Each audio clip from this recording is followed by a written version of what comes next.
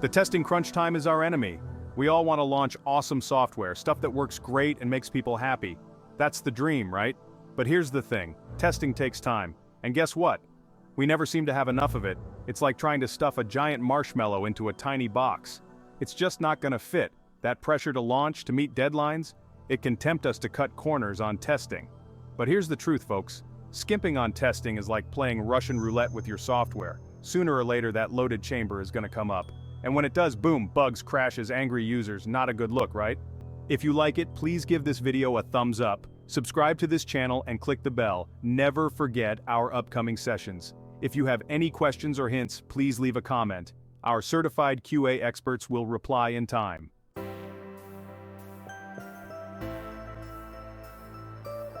Testing isn't just about finding bugs, it's about building trust. Trust with our users.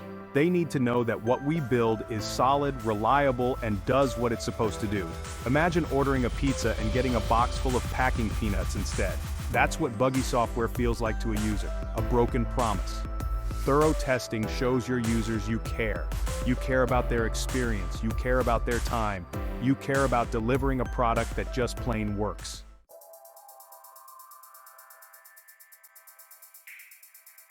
So how do we deal with the time crunch? How do we make sure our software is rock solid without delaying the launch into the next century? It's a balancing act for sure. We need to be smart, strategic, and maybe a little bit ruthless. We've got to prioritize what absolutely has to be tested. And yes, sometimes that means pushing things back a bit. Remember, it's better to launch a little later with a product that rocks than to launch on time with a product that, well, let's just say needs some work.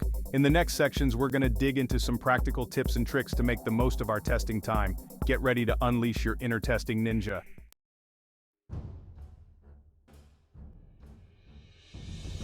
All right, team, time is tight and we've got a mountain of testing to conquer. It's like standing at the bottom of Everest with only a day pack and a half-eaten energy bar. Panic is not an option. First things first, we need to prioritize. Not all tests are created equal. Some are mission critical. Others, not so much. Think of it like a hospital emergency room. You treat the gunshot wound before the paper cut, right? Same goes for software testing. We need to identify those tests that absolutely have to be done no matter what.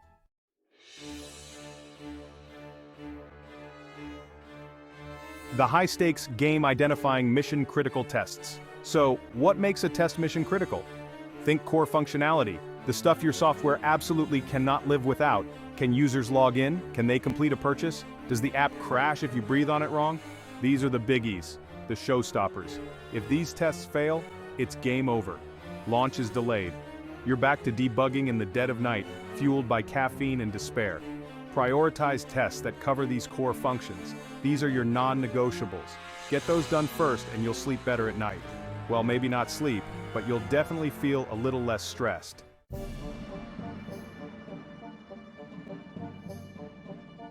Risk assessment. Playing detective with your software. Next up, risk assessment. It's about putting on your detective hat and thinking like a criminal mastermind. What are the riskiest parts of your software? Which areas are most likely to break? Where are the potential weak spots? Maybe it's a new feature with a lot of complex code, or an integration with a third-party service. These are prime candidates for extra attention. Testing isn't just about what could go wrong, but where it's most likely to go wrong. It's about being strategic with your limited time.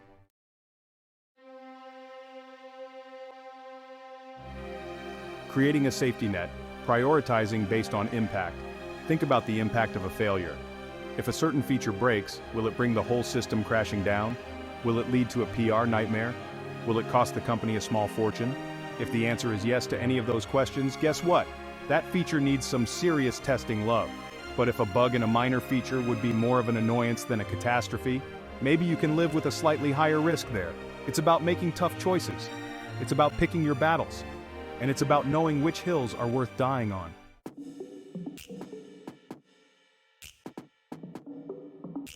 Okay, so we've talked about prioritizing, we've talked about sniffing out those high-risk areas. Now let's dive deeper into this whole risk-based testing thing. It's not about eliminating risk entirely.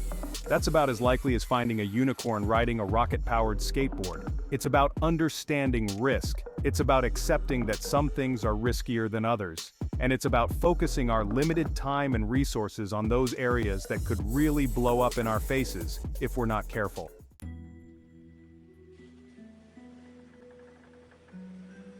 So, where do these nasty little bugs like to hide? Where are the high-risk zones in your software development jungle? Well, for starters, any new code is suspect.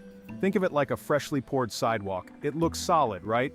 But underneath, it's still wet, still vulnerable. One wrong step and you're knee-deep in concrete. New features, complex algorithms, integrations with other systems, these are all areas that deserve extra scrutiny. And don't forget about security. That's a high-risk zone if there ever was one.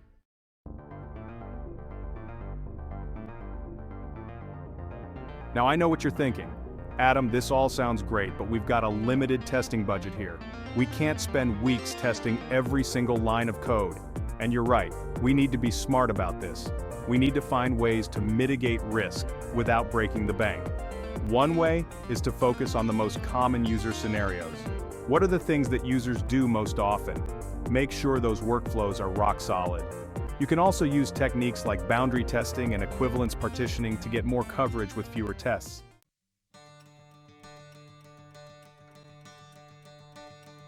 The balancing act, risk versus reward in the testing game. Remember, it's all about finding the right balance. You want to mitigate risk, but you also don't want to get so bogged down in testing that you never actually ship the product. It's a delicate dance, my friends.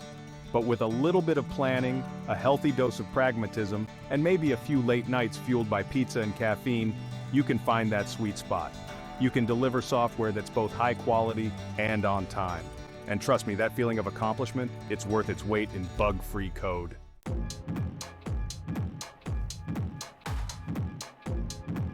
Automation allies, unleashing the robots. Okay, let's talk about automation. It's like having a team of tireless robots working around the clock to make sure your software doesn't go haywire. No coffee breaks, no complaints, just pure testing efficiency. Now, I love a good old-fashioned manual test. Sometimes you just gotta roll up your sleeves and get your hands dirty. But let's be real, folks. Manual testing can be time-consuming. It can be repetitive. And frankly, it can be a bit boring. That's where automation comes in. It's like having a magic wand that can handle all those tedious, repetitive tasks, freeing up your human testers to focus on the really interesting stuff.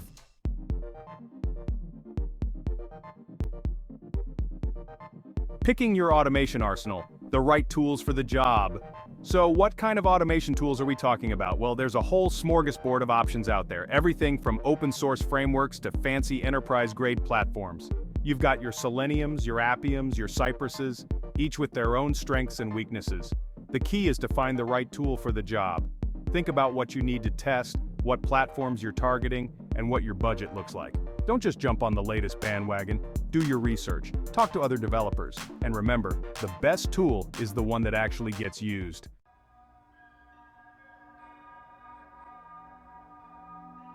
The human touch, where automation meets its match. Now, before you go automating every single test under the sun, let's be clear about something. Automation is not a silver bullet. It's not going to magically solve all your testing woes. There are some things that humans are just better at than machines. Things like exploratory testing, usability testing, and thinking outside the box to find those really sneaky bugs. Automation is great for the repetitive stuff, the stuff that's predictable and easy to define. But when it comes to creativity, intuition, and that special kind of human ingenuity, well, nothing beats a real live tester with a passion for breaking things.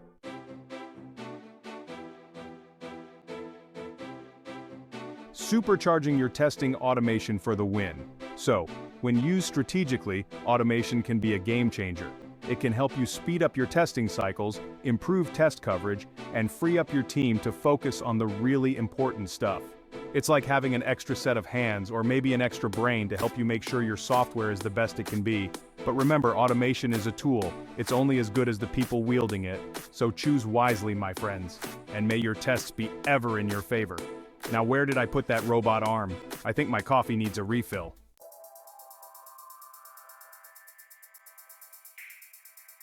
The expectation game, keeping everyone in the loop. All right, folks, let's talk about managing expectations.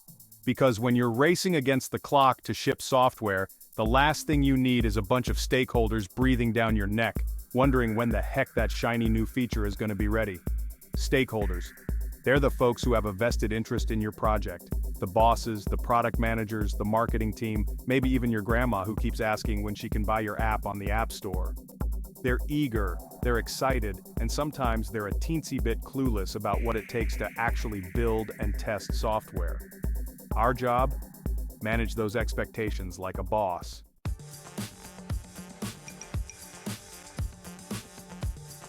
Transparency time. No more smoke and mirrors. Here's the deal. People fear what they don't understand. So let's shed some light on the software development process. Let's pull back the curtain and show them what's really going on. The good, the bad, and the buggy. Be upfront about the time constraints. Explain that testing takes time, and that rushing the process is a recipe for disaster. Nobody likes surprises, especially when it comes to software. So keep those communication channels open. Regular updates, folks, that's the name of the game.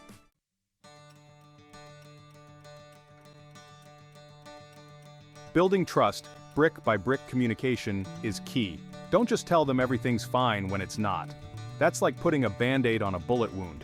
It might look okay on the surface, but underneath it's a whole different story.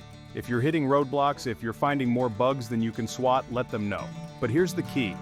Offer solutions. Don't just dump problems on their plate and expect them to magically disappear.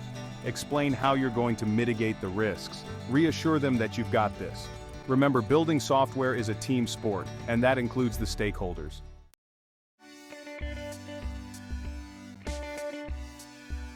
Under-promise, over-deliver, setting realistic goals. Now, I'm not saying you should promise the moon and deliver a bag of space dust. That's a surefire way to erode trust faster than a meteor shower hitting your code base. But if you set realistic expectations from the get-go, you'll be in a much better position to manage those stakeholders and keep them on your side. And who knows, maybe, just maybe, you'll even exceed those expectations.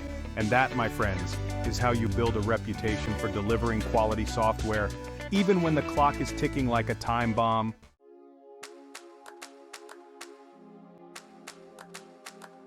Alright, fellow code warriors, we've covered a lot of ground here. We've talked about the importance of testing, the challenges of time constraints, and the strategies for coming out on top when the pressure is on. So, what are the key takeaways? What do you really need to remember when that clock is ticking like a time bomb and the launch date is looming like a hungry velociraptor? First and foremost, don't panic.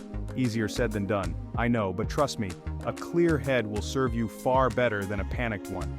Take a deep breath, assess the situation, and prioritize like your project depends on it.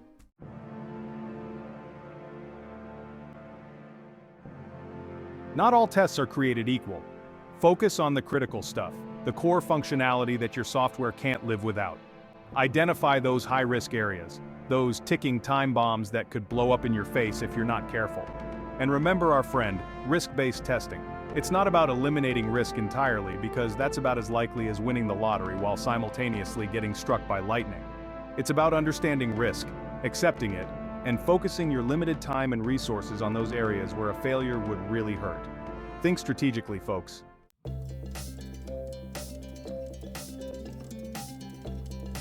Embrace the power of automation.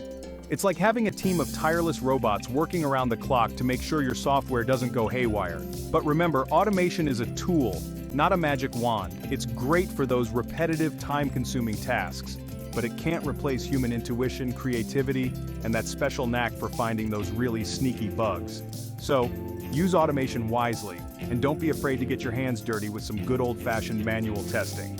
And finally, and perhaps most importantly, communicate like your life depends on it. Keep those stakeholders in the loop.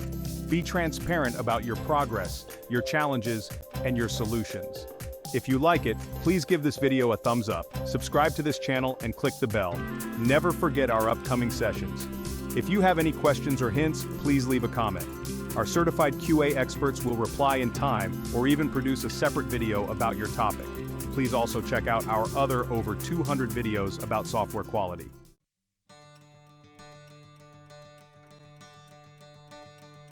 Remember, building software is a team sport, and that includes everyone from the developers to the testers to the stakeholders. So, work together, communicate openly, And never underestimate the importance of a solid testing strategy.